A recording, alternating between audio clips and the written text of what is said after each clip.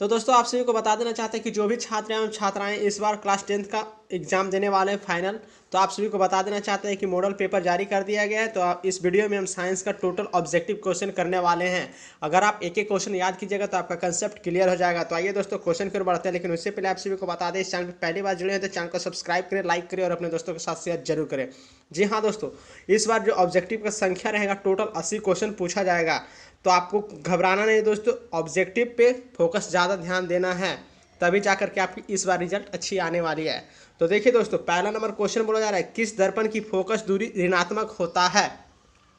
किस दर्पण की होती है दोस्तों? तो इसका राइट आंसर हो जाएगा समतल दर्पण। क्या हो जाएगा? समतल दर्पण, यानी कि प्लेन मिरर। देखिए दूसरा नंबर प्रश्न है, दर्पण की फोकस दूरी एफ और वक्रता त्रिज्या आर में क्या संबंध है? एफ और आर में जो संबंध है, कैसी संबंध है? एफ बराबर आर बाई 2 हो जाएगा। तो राइट आंसर बी हो जाएंगे। एक एक क्वेश्चन याद करना है दोस्तों, घबराइएगा नहीं, क्योंकि एग्जाम में जो क्वेश्चन आएगा ऐसा ही क्वेश्चन पूछा जाएगा। तीसरा प्रश्न है, समान दृष्टि के लिए स्पष्ट दृष्टि की न्यूनतम दूरी है? तो ये तो सबसे इजी क्वेश्चन है दोस्तों, इसका राइट आंसर हो जाएगा 25 सेंटीमीटर न्यूनतम दूरी है। अधिकतम पूछेगा तो अनंत हो जाएगा राइट आंसर। चौथा नंबर प्रश्न है, श्वेत प्रकाश का कौन सा रंग वर्ण किसी प्रिज्म से गुजरने के पश्चात सबसे कम झुकता है? जो सबसे कम झुकता है तो वो कौन सा प्रकाश है दोस्तों? बैगनी। राइट आंसर ए हो जाएंगे, इसका विचलन ज़्यादा होता है इसलिए राइट आंसर ए हो जाएंगे। पांचवा नंबर आपका प्रश्न है, मानव आँख की रेटिना द्वारा बनाई गई छवि होती है? तो मानव आँख पे जो रेटिना पे प्रतिबिंब बनती है उसकी छवि कैसी होती है? तो उसकी छवि जो होती है वास्तविक और उल्टा होती है, यानी कि real and inverted. Option number B हो जाएंगे। याद करते चलिएगा, कॉन्सेप्ट क्लियर हो जाएगा। छठा नंबर प्रश्न है, आकाश का रंग नीला प्रतीत होता है? तो आकाश का रंग जो नीला प्रतीत होता है प्रकाश के प्रकीर्णन के कारण नीला प्रतीत होता है, ड्यू टू सेक्रेटरिंग ऑफ लाइट, यानी कि राइट आंसर बी हो जाएंगे। देखिए सातवां नंबर प्रश्न है, किस दर्पण से वस्तु का प्रतिबिंब बड़ा बनता है? जी हाँ दोस्तों, आप सभी को बता दें ये क्वेश्चन इंपॉर्टेंट है, इसको भी याद कर लीजिएगा दोस्तों। किस दर्पण से वस्तु का प्रतिबिंब बड़ा बनता है? तो इसका राइट आंसर हो जाएगा ऑप्शन नंबर बी, अवतल दर्पण में बड़ा बनता है, जो डॉक्टर वगैरह अक्सर यूज करते हैं दांत वगैरह देखने में। जी हाँ दोस्तों, आठवां प्रश्न है, निम्नलिखित में कौन सा लेंस निकट दृष्टि दोष को दूर करने के लिए उपयोग किया जाता है?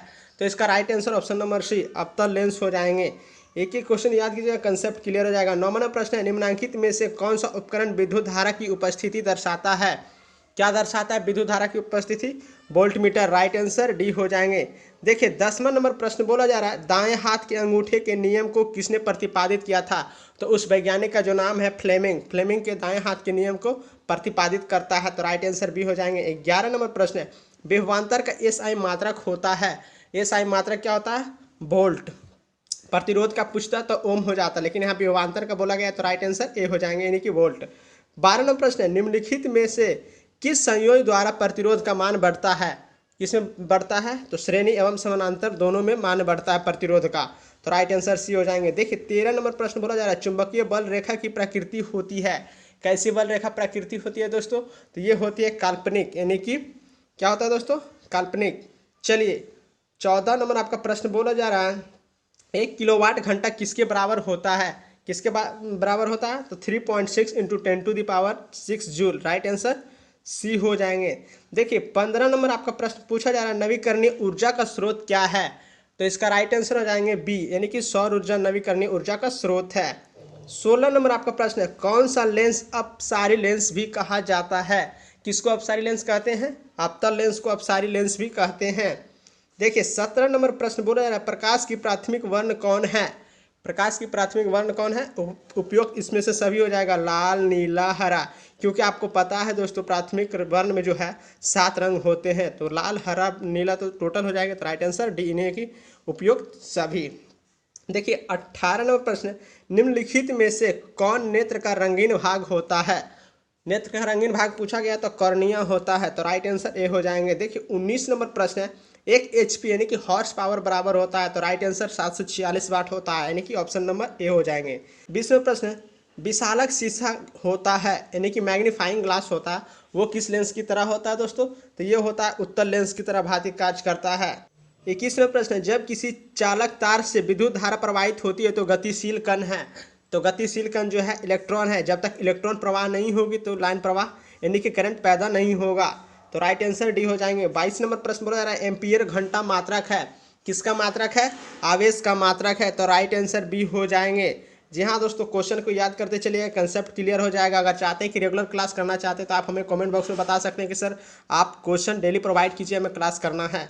23 नंबर प्रश्न, निम्नलिखित में कौन सा मात्रक वाट यानी कि डब्ल्यू के बराबर है? तो डब्ल्यू के बराबर कौन है? JYS यानी कि joule Y second, option number A हो जाएंगे। 24 नंबर आपका प्रश्न बोला जा रहा है विद्युत धारा का मात्रक है, तो विद्युत धारा का जो मात्रक है एम्पियर है, राइट आंसर ए हो जाएंगे। 25 नंबर आपका प्रश्न बोला जा रहा है ग्लोबल वार्मिंग के लिए उत्तरदायी गैस कौन सा है? ग्लोबल वार्मिंग के लिए उत्तरदायी जो गैस है आपका CO2 है, यानी कि कार्बन डाइऑक्साइड। चलिए आगे देख लेते हैं। 26 नंबर आपका प्रश्न बोला जा रहा है शरीर में भोजन का पचना किस प्रकार की अभिक्रिया है? किस प्रकार की अभिक्रिया है? अपचयन अभिक्रिया है। ये सब इंपॉर्टेंट क्वेश्चन है दोस्तों, कहीं इससे आपका क्वेश्चन ना पूछा जाए एग्जाम में। तो 27 नंबर प्रश्न है काली चूना पर जब जल डाला जाता है तो अभिक्रिया होती है, क्या ऐसी अभिक्रिया होती है दोस्तों? ऊष्माक्षेपी अभिक्रिया होती है, तो राइट आंसर ये हो जाएंगे। 28 नंबर प्रश्न है निम्नांकित में कौन सबसे अधिक अभिक्रियाशील है? निम्नांकित बोला गया तो आपको ऑप्शन से मतलब रखना है, तो इसका राइट आंसर हो जाएंगे ऑप्शन नंबर बी यानी कि Hg, जिसको कहते हैं हम सब पारा। चलिए 29 नंबर प्रश्न बोला जा रहा है चूना जल रासायनिक सूत्र है, यानी कि चूना जल का रासायनिक सूत्र क्या होता है? क्या होता है दोस्तों? CaOH का होल 2, ऑप्शन नंबर डी हो जाएंगे। 30 नंबर प्रश्न है कोई विलयन लाल लिटमस को नीला कर देता है, उसका pH मान क्या होगा? तो जब भी अगर लाल लिटमस को नीला कर देगा तो उसका pH मान जो होगा 7 से ज़्यादा हो जाएगा, यानी कि 10 और 11, राइट आंसर डी हो जाएंगे, ए और बी दोनों। 31 नंबर प्रश्न एल्काइन में कार्बन कार्बन के बीच कितने सहसंयोजक बंधन होते हैं? कितने सहसंयोजक बंधन होते हैं? 2 बंधन होते हैं। चलिए 32 नंबर आपका प्रश्न बोला जा रहा है ग्लूकोज का आणविक सूत्र क्या है?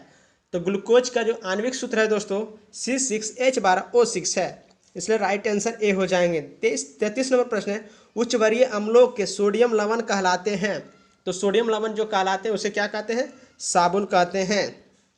34 नंबर आपका प्रश्न है -CHO अभिक्रियाशील मूलक को कहते हैं, तो किसको अभिक्रियाशील मूलक कहते हैं दोस्तों?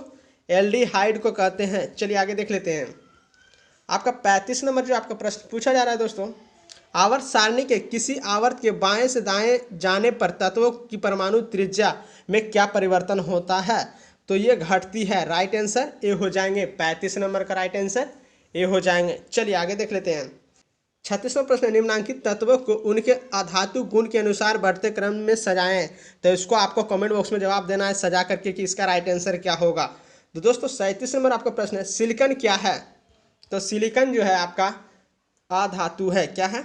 अधातु यानी कि non metal, option number B हो जाएंगे। 38 नंबर प्रश्न बोला है निम्नांकित में कौन विद्युत धनात्मक तत्व है? विद्युत धनात्मक तत्व कौन है? Na यानी कि सोडियम।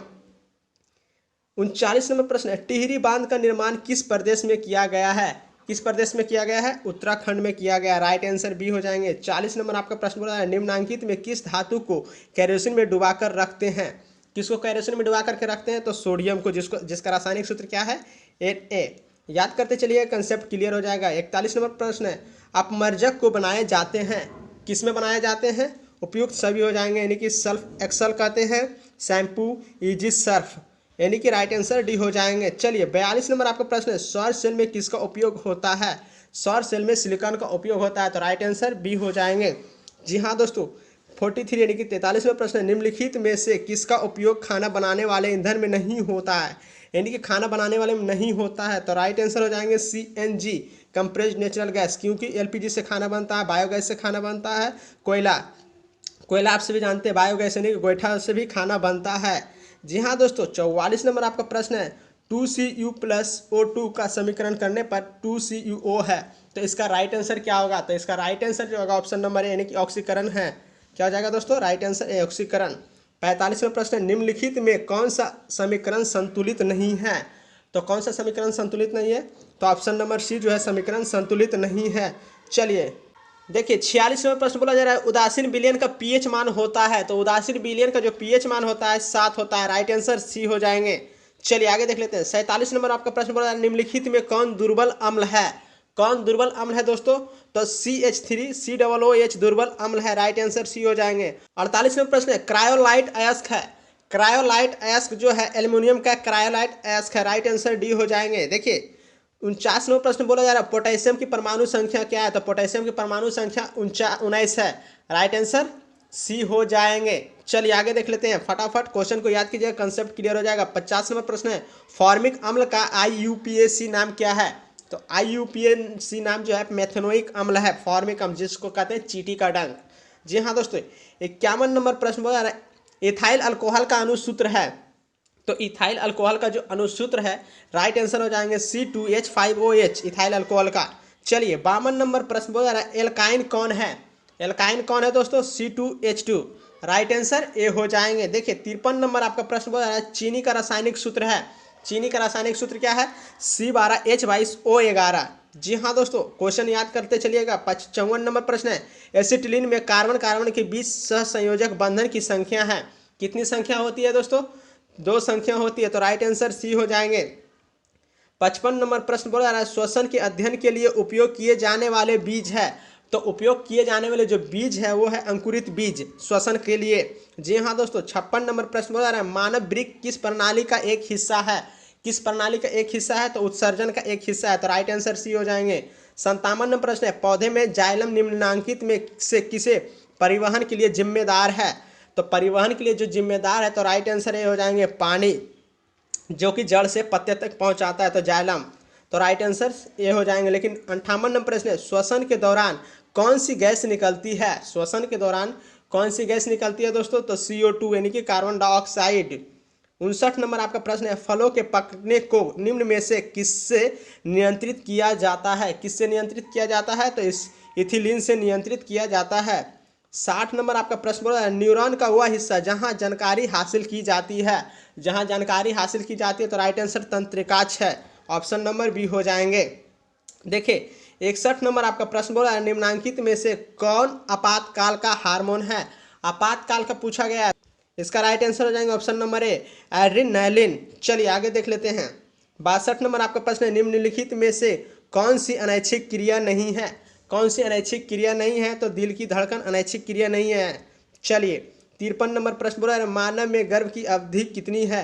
यानी कि अगर कोई महिला प्रेग्नेंट होती है तो उसकी जो डेट है, कितने दिन तक महिला प्रेग्नेंट रह सकती है? तो 270 दिन, right answer 270 day, option number A हो जाएंगे 63 का। चलिए आगे देख लेते हैं। 64 नंबर आपका प्रश्न बोला रहा है, गंगा एक्शन प्लान कब शुरू हुआ?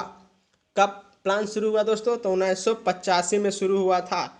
चलिए 65 नंबर प्रश्न है, मुकुलन द्वारा अलैंगिक जनन निम्नांकित किसमें होता है? तो निम्नांकित किसमें होता है? ईस्ट में होता है मुकुलन द्वारा, राइट आंसर ए हो जाएंगे। देखिए 66 नंबर जो प्रश्न है, निम्न में से कौन सी बीमारी श्वसन तंत्र से संबंधित है? स्वतंत्र तंत्र से जो संबंधित उसे क्या कहते हैं? यानी कि टीबी और निमोनिया दोनों हफनिक से संबंधित, तो राइट आंसर डी हो जाएंगे, बी एवं सी दोनों। 67 नंबर प्रश्न है, मनुष्य और अन्य मांसाहारी जीव निम्नलिखित में से किसका पाचन नहीं कर पाते हैं? किसका पाचन नहीं कर पाते हैं दोस्तों? इसका राइट आंसर हो जाएगा ऑप्शन नंबर बी, सेल्यूलोज का पाचन नहीं कर पाते हैं। 68 नंबर आपका प्रश्न बोला रहा है, ब्रेन हेमरेज का मुख्य कारण क्या है? जी हाँ दोस्तों, इसके कारण अक्सर बहुत सारे लोग का मौत होते रहता है। तो इसका कारण क्या है? तो इसका कारण जो है आपका हाइपर टेंशन, जिसको कहते हैं बहुत ज़्यादा टेंशन होने के कारण दिमाग ब्रेन हेमरेज कर गया, जिससे इंसान की मौत हो जाती है। 69 नंबर प्रश्न बोला है, निम्न में से परजीवी पादप का उदाहरण क्या है? उदाहरण क्या है दोस्तों? काष्ठकूटा जो है यही उदाहरण है परजीवी का। 70 नंबर प्रश्न बोला है, हृदय से रक्त की संपूर्ण शरीर में पंप किया जाता है। तो संपूर्ण शरीर में जो पंप किया जाता है फेफड़ा द्वारा किया जाता है, राइट आंसर ए हो जाएंगे। 71 नंबर आपका प्रश्न बोला रहा है, हाइड्रा में अलैंगिक जनन की विधि है। अलैंगिक जनन की विधि क्या है? बी खंडन, तो राइट आंसर सी हो जाएंगे। 72 नंबर प्रश्न बोला जा रहा है, जनन संचरित रोग है। कैसा रोग है? तो ये है, इनमें से सभी हो जाएंगे, यानी कि सिफिलिस, एड्स, गोनेरिया, ये जनन संचरित रोग है, तो राइट आंसर डी हो जाएंगे। चलिए 73 नंबर प्रश्न है, पुष्प का सबसे बाहरी भाग है। पुष्प का सबसे बाहरी भाग क्या है? दलपुंज है। चलिए आगे देख लेते हैं। 74 नंबर आपका प्रश्न बोला जा रहा है, ब्लड समूह ए में कौन सा एंटीबॉडी होता है? कौन सा एंटीबॉडी होता है? तो ओ एंटीबॉडी होता है।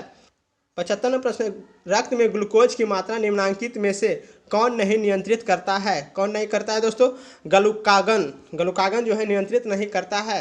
76 नंबर प्रश्न है, पादप वृद्धि हार्मोन है। तो पादप वृद्धि हार्मोन कौन है दोस्तों? जिब्रेलिन, राइट आंसर ए हो जाएंगे। आगे देख लेते हैं। 77 नंबर प्रश्न है, हार्मोन स्रावित होता है।